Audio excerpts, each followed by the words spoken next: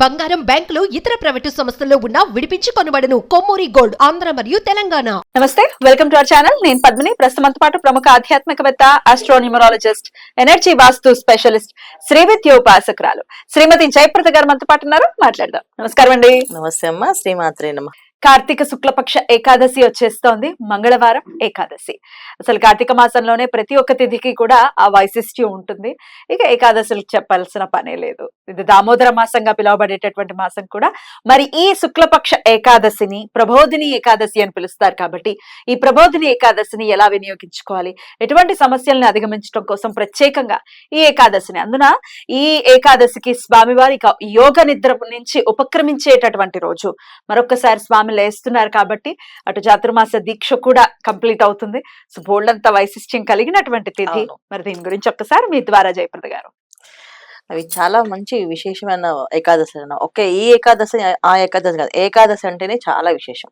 ఎంత ఇది విశేషం అంటే ఆ ఏకాదశి రోజు ఉండగలిగితే మనిషి అని మన పెద్దవాళ్ళు ఏదైతే చేశారో, ఏవైతే ఋషులు మనకి ఫాలో చేయమని చెప్పారో అవి నిజంగా చాలా మంచివి. ఎందుకంటే ఏకాదశి రోజు ఒక రోజు ఉపవాసం ఉండండి అని చెప్పారు. ఎందుకు ఉపవాసం అంటే మన బాడీ మొత్తం క్లెన్జింగ్ అవుతుంది ఫుల్ గా. సో సైంటిఫిక్ రీజన్ అది వాళ్ళది. సో ఆ రోజు ఉండడం వల్ల ఏంటంటే కంటిన్యూ నామాన్ని ఒక జపాన్ని కంటిన్యూ చేస్తూ ఉంటాం గనక చాలా పవర్ఫుల్ పాజిటివ్ ఎనర్జీ ఆ నెలంతా సరిపోతుంది. ఒక 2 ఏకాదశులు మనం ఉపవాసాలు ఉన్నాం అంటే ఆ నెలకి ఆ పాజిటివ్ ఎనర్జీ వచ్చేస్తుంది. ఇవన్నీ పూర్వం జాతకాలు, ఈ గ్రహస్థితులు, వాస్తు ఇవన్నీ ఏం చూపించుకునే వాళ్ళు కాదు. సో వీళ్ళు చక్కగా పెద్దవాళ్ళు ఏం చెప్పారు, ఏకాదశి రోజు ఉపవాసం ఉండాలి, అంతే ఉన్నాం, అంతే పొద్దున్నే స్నానం చేసామా, చక్కగా ఉపవాసం ఉన్నామా, మళ్ళీ నెక్స్ట్ డే ద్వాదశి రోజున చేసుకోవాలి, పారాయణ చేసి భోజనం చేసామా. ఈ విధంగా చేసుకునే ప్రతి ఒక్క జీవితం అది చేసుకున్నంత కాలం బాగుంది. ఇప్పుడు మనం చెప్పాల్సిన పరిస్థితి ఎందుకు వచ్చింది అంటే రెమెడీలు ఇప్పుడు అంతా తెలియట్లేదు అసలు. అంటే ఇంట్లో వాళ్ళకి అసలు ఏ ప్రోగ్రామ్ ఎందుకు చేయాలని తెలియక ఏదో పరిహారం అడుగుతున్నారు. అలాగే ఈ కార్తీక మాసంలో కార్తీకమై ఒక విశేషం ఏంటి, కృతికా నక్షత్రం మీద వస్తుంది కార్తీక మాసం. రవి నక్షత్రం, కృతికా నక్షత్రం, సుబ్రహ్మణ్య స్వామి నక్షత్రం కూడా.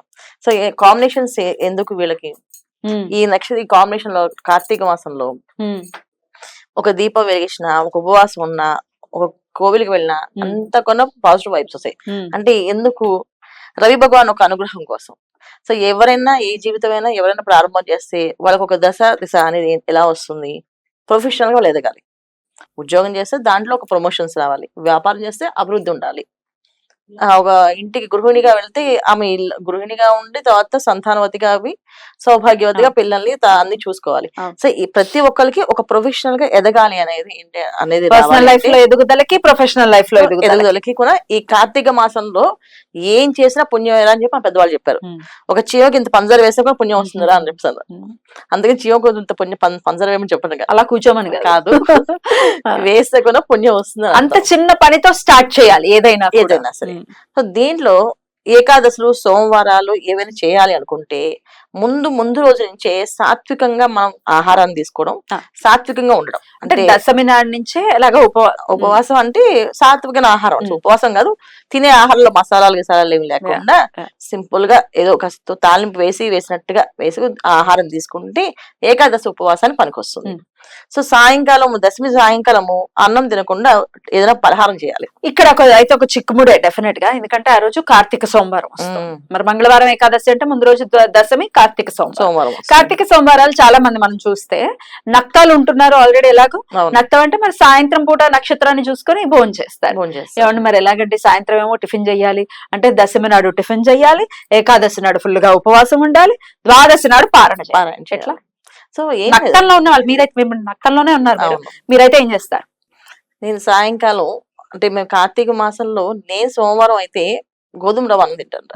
గోధుమ రవ్వని ఉడికించుకొని దాన్ని తింటాను. టిఫిన్ కిందకే వస్తుంది. దాంట్లో పప్పు కూర అన్ని వేసేసుకొని శుభ్రంగా తినేస్తాను. సో నేను కార్తీక మాసంలో ప్రతి సాయంకాలం నాకు ఉపవాసమే. సాయంత్రం పూట తినేది ఏంటంటే ఎప్పుడైనా నెక్స్ట్ డే మంగళవారం ఉపవాసాలు. నేను మంగళవారం ఏమి తిన్నాను జనరల్ గా, మీకు కలిసి వచ్చింది సోమవారం మంగళవారం. సో మంగళవారం ఏమి తినకంటే సోమవారం ప్రతి సోమవారం చేసే పని ఏంటంటే గోధుమ రవ్వే తింటాం నేను. రైట్. సో ఈసారి కార్తీక సోమవారం కూడా గోధుమ రవ్వే తింటాం. అన్నం ప్లేస్ లో అప్పుడు గోధుమ రవ్వని పెట్టుకుని తినచ్చు. లేదు తినలేమంటే అన్నాన్ని తినండి, కాస్త తక్కువ తినండి. అన్నమే తినండి, కాస్త తక్కువ తిని మిగతావి కొంచెం ఏవైనా కూరలు పచ్చళ్ళు కొంచెం ఎక్కువ వేసుకొని దాంట్లో కాస్త ఏదైనా ఇడ్లీ లాంటివి చేసుకొని అవి కాస్త తినచ్చు. అంటే చపాతి కానీ గోధుమ అరగని ఉండేవాళ్ళు ఉంటారు కదా, వాళ్ళ కోసం చెప్తున్నా. కాస్త ఇడ్లీలు వేసుకుంటే ఇడ్లీ సాంబార్ తినచ్చు, కాస్త అన్నం తినచ్చు, ఏదో తిన్నాం అనేసి. ఇలా ఈ విధంగా చేసుకొని ఏకాదశి కంప్లీట్ గా ఉపవాసం ఉండాలి.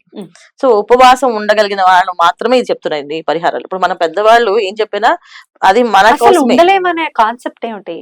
ఉండమనే కదా చెప్పింది, ఉండమనే చెప్పారు. కానీ వాళ్ళ రోజున చాలా మంది షుగర్ ఉన్న వాళ్ళని కాదు, మామూలుగా వాళ్ళకి ఎక్సెప్ట్ అంటే వాళ్ళకి మనం చెప్తే మేము ఉండమన్నామండి, మేము కలిసి పడిపోయిందని చెప్పి ఫోన్లు వస్తుండే. అలవాట్లేక అయినా ఏజ్ లో ఉన్న వాళ్ళు ఖచ్చితంగా చేసుకోవాలి. 5 ఏళ్ల పిల్లల నుంచి చక్కగా ఉపవాసం ఉండొచ్చు, ఏం ఇబ్బంది లేదు. 5 ఏళ్ల అమ్మాయి కూడా ఉపవాసం ఉండొచ్చు, ఉంటే నీరసం వచ్చి పడిపోదు. కావాలంటే ఏదైనా జ్యూస్ ఇవ్వచ్చు, ఏదైనా తాగిపించచ్చు. అలవాటు చేయాలి. అలవాటు అయితే వాళ్ళకి శరీరంలో ఏవైనా తట్టుకునే శక్తి వస్తుంది. వాళ్ళు మరీ సుకుమారంగా పెంచడం వల్ల ఏంటంటే ఇవాళ చిన్న చలిగాలి వస్తే తుమ్ములు జ్వరాలు వచ్చేస్తాయి. ఏమో డస్ట్ పడదండి, దుమ్ము దులిపితే మా అమ్మాయికి పడదండి, తుమ్ములు వచ్చేస్తా అని చెప్తారు. అదేంటి అర్థం కాదు, అంత సెన్సిటివ్ గా అయిపోయారు మనుషులు. సో అందుకని క్లెన్స్ చేస్తుంది ఎట్టకేలకు. డెఫినెట్ గా ఏకాదశి అంటేనే మనల్ని క్లెన్స్ చేసే పరిస్థితి ఉంటుంది ఉపవాసం ఉంటే గనక. అందున ఇది స్పెషల్ ఏకాదశి కాబట్టి కార్తీక మాసంలో వచ్చేది. ఉపవాసం కంపల్సరీగా ఉంటే చాలా చాలా మంచిది. దీపారాధన గురించి చెప్పండి. తప్పకుండా. సో ఉపవాసం ఉన్న నియమం కూడా చెప్పాలి. ఉపవాసం ఉన్నా లేకపోయినా కొంతమంది మేము ఉపవాసాలు చేయలేమమ్మా, మాకు చేసే వాళ్ళు ఎవరు లేరు, కంటిన్యూ నామాన్ని చేస్తూ ఉండండి. ఓం నమో నారాయణ, ఓం నమో నారాయణ అని చెప్పండి. కార్తీక దామోదర అని అనుకుంటూ ఉండండి. ఏదో ఒక నామాన్ని చేస్తూ ఉండాలి. ఇవాళ ఉపవాసం అని చెప్పి 10 మందితో ఫోన్లు మాట్లాడుతూ కబుర్లు చెప్తూ కాలక్షేపం మాత్రం చేయకండి. దీనివల్ల ఏంటంటే పుణ్యం రాదు మనకి. ఏంటి వాళ్ళ ఏదో కర్మలు ఉంటే అవి కూడా మనకు అంటించుకున్నట్టు అవుతుంది. సో కార్తీక మాసంలో పవిత్రంగా ఉండమండం ఏంటంటే ఎవరితో ఎక్కువ ఏది మాట్లాడకుండా మన పని మనం చేసుకుంటూ నామాన్ని జపం చేయమని చెప్పారు ఖచ్చితంగా. ఈ నామాన్ని జపం చేయడం వల్ల విష్ణు అనుగ్రహం మనకు పూర్తిగా కలుగుతుంది. అంటే ఆ విష్ణుమూర్తి దగ్గర మన అనుగ్రహం కావాలని ఎక్కువ దీపాలు పెట్టి అలంకరణ చేసి పూజ చేసేది అవన్నిటికంటే కూడా మనం మనసుని అక్కడ అర్పణ చేసి జపం చేస్తే ఖచ్చితంగా ఆ పరమేశ్వరుడు ఆ విష్ణుమూర్తి అనుగ్రహం పొందుతాం. కామ్ డౌన్ అయిపోవాలి ఎండ్ ఆఫ్ ది డే చెప్తున్నారు.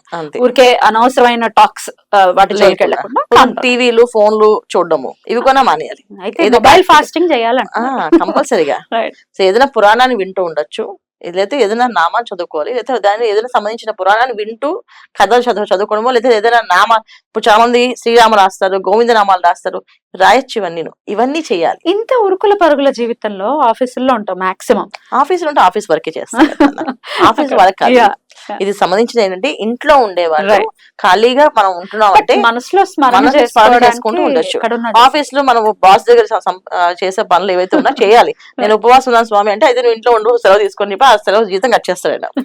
అది ఇవాళ రోజున ప్రతిదీ ఆలోచించి చేయాల్సింది. కాకపోతే ఏంటంటే ఎందుకు చెప్తున్నాం అంటే ఇవాళ చాలా మంది ఉపవాసాలు దీపాలు పెట్టి గుళ్ళకి వచ్చి మేము వాళ్ళ ఏకాదశి ఉపవాసం అని చెప్పి సెల్ఫీలు దిగుతూ, గుళ్ళో దేవుడి దగ్గర మనసు లేదు, గుళ్ళో కూర్చొని సెల్ఫీలు దిగుతూ ఆ దీపం పెట్టేసా దీపాన్ని పట్టుకుని ఒక సెల్ఫీ దిగుతూ ఇవి చేస్తున్నారు.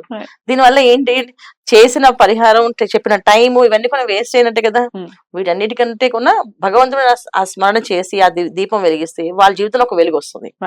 ఆ వెలుగు కాంతితో వాళ్ళు ఇంకొకరు చెప్పగలుగుతారు గట్టిగా, మేము చేసాం మాకు బాగుంది, మీరు కొంచెం చేయండి మీకు బాగుంటుంది అని చెప్పేసి. ఆ పద్ధతి ఆ శ్రద్ధ రావాలి.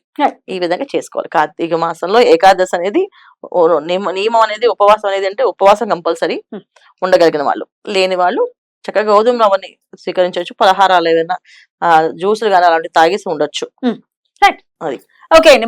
మరుసటి రోజే క్షీరాబ్ది ద్వాదశి కూడా వస్తుంది కాబట్టి ద్వాదశికి ఎలాగో పారణ చేయాలి. మరి నక్తాలు ఉన్న వాళ్ళు ఎలాగా ద్వాదశి పారణ అది ఎలా సమన్వయపరచుకోవాలి? అంటే ఇక్కడ నక్తాలు ఉండే వాళ్ళకి నక్త వ్రతమే వస్తుంది. ద్వాదశి కూడా సాయంత్రం పూజ చేసేసి వాళ్ళు సాయంత్రమే భోజనం చేస్తారు. ఇప్పుడు మేమందరూ సాయంకాలం చుక్కను చూసే భోజనం చేస్తాం. సో ద్వాదశి పారాయణ త్వరగా వీలైతే అంత త్వరగా తినాలి. అది విడి రోజుల్లో, అది విడి రోజుల్లో. అంటే కార్తీక మాసంలో మాత్రం వర్తించదు. కార్తీక మాసంలో ఎంత నామం చేసినా అది బాగా ఫలిస్తుందని చెప్పి ఖచ్చితంగా నక్తం వ్రతం అనేది అంటుంది. ఈ వ్రతం ఏదైతే నియమం ఉందో ఆ నియమం పాటిస్తాం. ఆ నియమానికి ద్వాదశి నియమానికి ప్రాబ్లం లేదు. కొంతమంది ఏంటంటే వారం ఒకటే సోమవారం ఒకటే చేస్తారు, వాళ్ళకి ఇది తర్వాత ఈ క్షీర ద్వాదశి రోజున చేయాల్సింది ఏంటంటే అందరూ ఉసిరి కొమ్మని విరిచేసి తెచ్చి పెడతారు తులసంలో. క్షీరాబ్ది ద్వాదశి గురించి నెక్స్ట్ వీడియోలో మాట్లాడుకుందాం. తప్పకుండా. మరి ఈ ప్రబోధిని ఏకాదశిని ఖచ్చితంగా ప్రతి ఒక్కరు కూడా వినియోగించుకునే అటు ప్రొఫెషనల్ లైఫ్ లో అలాగే పర్సనల్ లైఫ్ లో ఎదుగుదల రావాలి అనుకుంటే గనక వినియోగించుకోవాలి అని చెప్తున్నారు. ఖచ్చితంగా చక్కగా శ్రద్ధ చేసి చూడండి, మీరు నెక్స్ట్ మంత్ గల మీరు మంచి న్యూస్ వింటారు. రైట్. ఇక దీపారాధనకి కూడా ఒకసారి కార్తీక మాసంలో దీపారాధనకి పెద్ద పీట వేస్తుంది కాబట్టి మరి ఎట్లా అండి, ఏ దీపారాధన చేసుకోవచ్చు ఏకాదశి? ఏకాదశి రోజు మామూలుగా జనరల్ గా ఏంటంటే పిండితో దీపారాధన చేసి నెయ్యి వేసి ఒత్తులు వేసి పెడతాం మేము. 21 దీపాలు అంటే ఏ పనైనా ఆటంకాలు లేకుండా జరగాలని చెప్పేసి ఇప్పుడు దాకా కార్యసిద్ధి కోసం పెట్టేవాళ్ళం అనమాట. 21 దీపాలు అనేది కార్యసిద్ధి. ప్రతి ఏకాదశి ఇలా పెడతాం, ప్రతి ఏకాదశి పెడుతుంటాం. సో కార్యసిద్ధి కోసం 21 దీపాలని పిండి దీపాలు బియ్యం పిండి కొంచెం దాంట్లో బెల్లం వేసి చక్కగా వాటర్ ఎక్కువ వేయకుండా తక్కువ వేసి మంచిగా నెయ్యి వేయాలి. నెయ్యి వేసి కలిపి చిన్న చిన్న ప్రమిదల్లో చేసుకోవాలి వాటిని. దాంట్లో శుభ్రంగా నెయ్యి వేసేసి ఒత్తులు వెలిగించి కరెక్ట్ గా ఏకాదశి కథ వ్రతం ఉంటుంది, ఆ కథ చదువుకుంటూ ఏకాదశి కథ చదువుకుంటూ ఆ దీపాలు వెలిగిస్తూ ఆ వెలుగులోనే ఈ కథను వింటూ చదువుతాం అన్నమాట మొత్తం. ఈ అయిపోయిన తర్వాత ఆ దాంట్లో ఒక జ్యోతిని కళ్ళగద్దుకొని నోట్లో వేసుకుంటే ఆ దిగ్విజయంగా అవుతుంది అని చెప్పి ఇది దీపాలు. మామూలుగా అయితే 11 దీపాలు పెడతారు చాలా మంది. 11 దీపాలు, తర్వాత ఉసిరి దీపాలు. ఇవాళ కంపల్సరీగా ఉసిరి దీపాలు పెడితే పరమేశ్వరుడు శ్రీ మహావిష్ణువు ఇద్దరు అనుగ్రహం పొందుతారని చెప్పేసి ఎటువంటి అనారోగ్య సమస్య రాదని చెప్పేసి ఉసిరి దీపాలను పెడతాం. ఈ విధంగా పెట్టుకోవచ్చు. ఇంకా ఇంట్లో సంతానం కోసం ఎవరైనా ఎదురు చూస్తా అంటే వాళ్ళు 11 జ్యోతులు చేసి భార్యాభర్తలు ఇద్దరు చక్కగా ఇద్దరు వెలిగించాలి. ఇది సంతానం కోసం చేసే వ్రతం. అంటే ఏకాదశి రోజున సంతానం మాకు కావాలంటే వచ్చే ఏకాదశి కదా సంతానం కలుగుతుంది ఈ విధంగా. సో తర్వాత ఉద్యోగాల కోసం గానీ ఏ ఆర్థిక పరమైన ఇబ్బందుల నుంచి బయటపడాలన్నా 21 జ్యోతులు చేయడం వల్ల చాలా విశేషమైన ఫలితాలు వస్తాయి. ఈ విధంగా వీళ్ళు చేయడం, సాయంకాలం చంద్రుడిని చూస్తూ కాస్త నమస్కారం చేసుకుంటూ కాస్త నామాన్ని చదువుతూ ఉంటాం. ఏదో ఒక నామాన్ని, వాళ్ళకి ఇష్టమైన నామాల్ని. ఇప్పుడు విష్ణు సహస్రనామం వచ్చిందంటే మరీ మంచి బ్రహ్మాండంగా, దాంట్లో డౌట్. కానీ చాలా మంది ఏంటంటే మళ్ళీ ఫోన్ చేస్తారు, విష్ణు సహస్రనామం రావట్లేదు ఏం చేయమంటారు, నాకు మళ్ళీ ఫోన్లు వస్తున్నాయి.